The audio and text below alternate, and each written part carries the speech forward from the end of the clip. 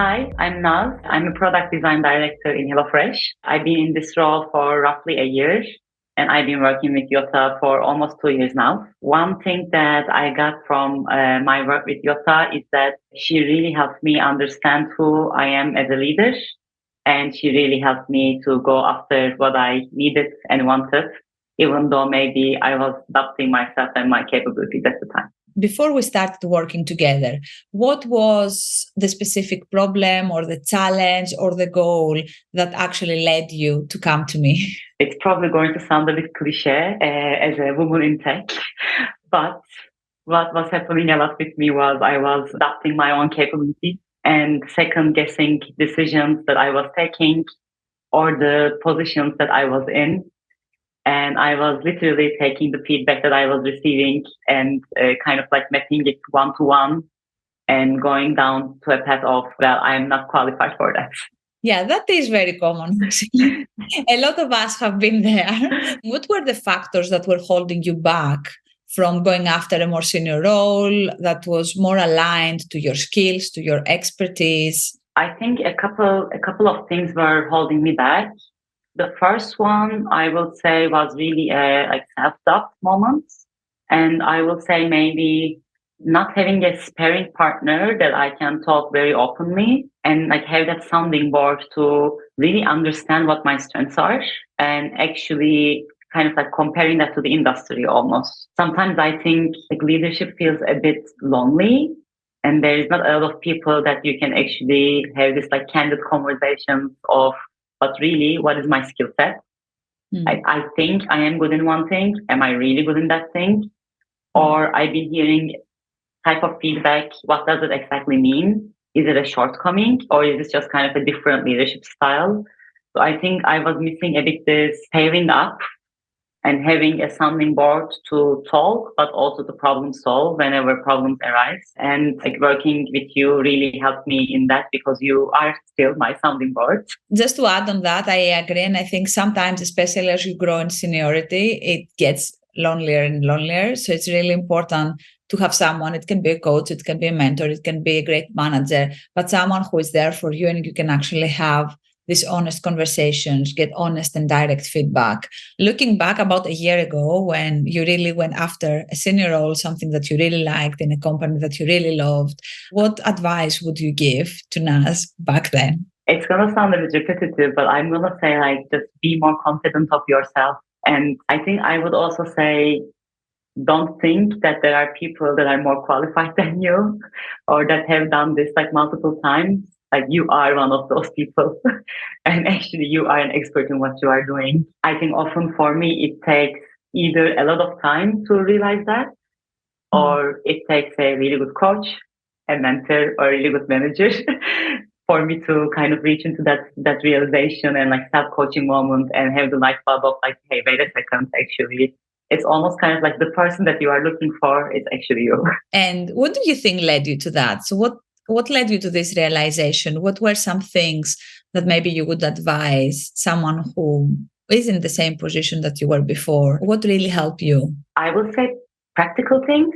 Often it feels like we have a situation that like you are presented with a problem. At least I will say that previously my first response would have been looking around and kind of looking for someone that can help me with that. I think in the last year, but also even the year before that, I've been presented with really nice opportunities, but also like big problem statements where I had to be the person that actually had to have the answers. And through practicing that muscle and doing it in a way that I had a sparring partner, I had someone to actually problem solve it, that made me realize, okay, I'm doing it with a good outcome. And I think I'm doing it like in the correct way and practicing that muscle and like seeing the result from a very practical angle, I would say has definitely raised my confidence in that. And during our work together, what would you say it was the biggest mindset shift that you experienced? And how has that maybe influenced your professional, but also your personal growth? I think there are two things that I will add. The first one is kind of like related to what I was talking about, like from the mindset of here's a problem. I have never done this. Therefore, I need help with that. from there, I shifted to here's a problem. It's very exciting. Yes, I have never done it, but I know how to learn. I know how to lead and I know how to deliver. Therefore, I'm just going to go after it, which was a beautiful moment. And like, if I think about it, like that really has led me, for example, to this is not in HelloFresh, but in another startup, like to own an entire rebrand project and actually deliver it, even though that was something that I did not do before, but like I did it. I think that's the first mindset shift. Second one, it's not exactly maybe a mindset shift, but it's something that I really take like with me as a way to think, which is sitting with the problem a bit longer before jumping into conclusions or jumping into solutioning and just like analyzing the situation for a bit longer.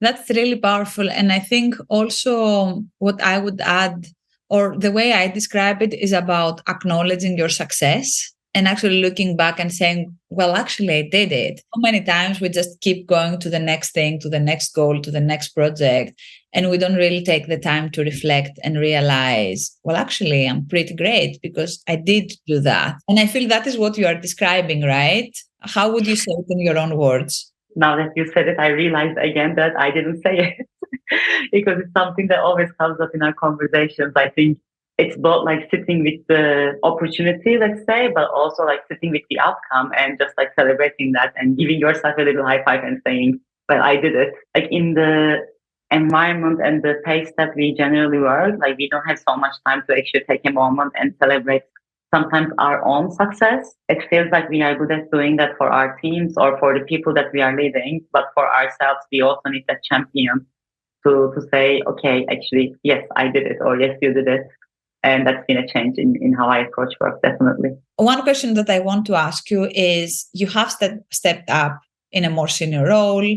You are excelling at it for a year now, and it's going really great. And I'm really curious to understand or to see from your perspective, what are the things that help you to actually be really good at a completely new level of leadership?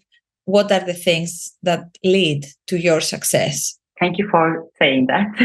First of all, I think if I can like really summarize it, I would say what is really helping me is doubling down on my strengths and using that to my advantage to, I would say, first build a network that I can work with and I can trust. And then the second is actually like building a team that is going to help me execute my vision. My strength is also like all around people. And I think this is what is helping me in my new role. I think maybe if I think about it like a year ago, the way I would approach it would be, no, I need to be all about like execution or all about delivery. And if I cannot do it, like then I am not successful. The major difference in my thinking right now is I have also become, I would say, like more reflective in terms of like what are my strengths and weaknesses.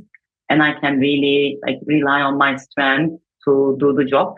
And I think one more thing I will add is I don't think I'm afraid to ask for help when I'm falling short and actually flag it and say, I can do this part. The other part I need support in. It's a topic that I don't know or it's something I have not experienced before. I can say things like, maybe it's going to take me a bit longer. Or I can say things like, hey, I would really appreciate like your mentorship. I would really appreciate problem solving together. I kind of tie it all back to actually being confident in my skin and just being able to say, this I know how to do.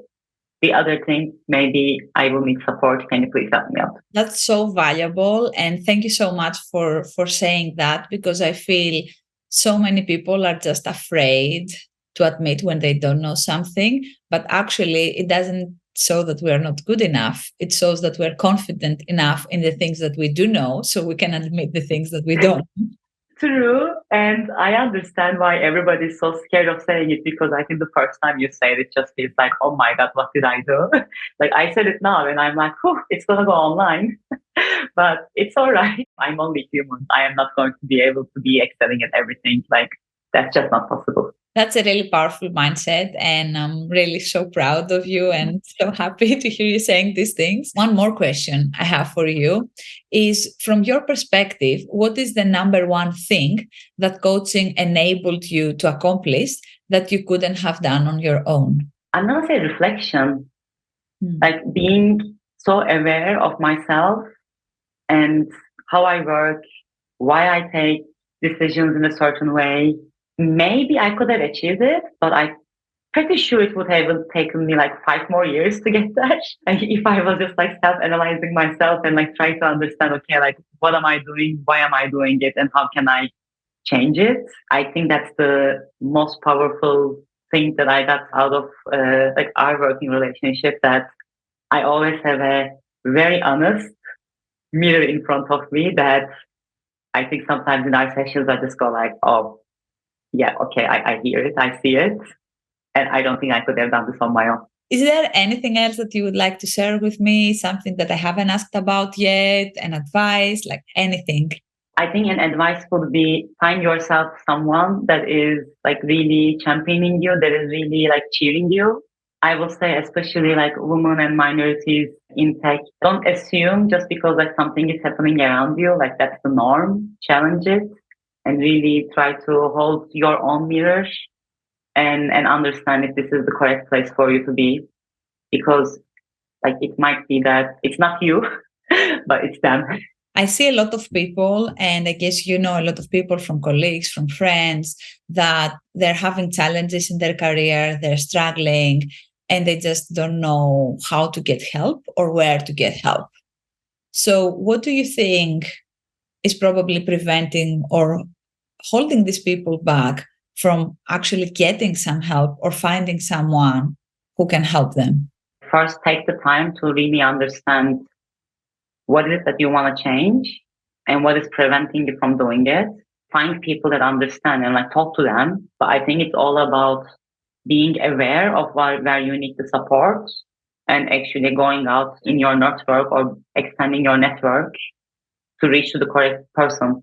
Thank you so much, Nas, for doing this. I really appreciate it. I know being on video is not within your comfort zone, but it was really nice talking to you, and it's been a privilege working with you as well. Thank you so much for considering me, Yota, and lovely as usual, always working with you.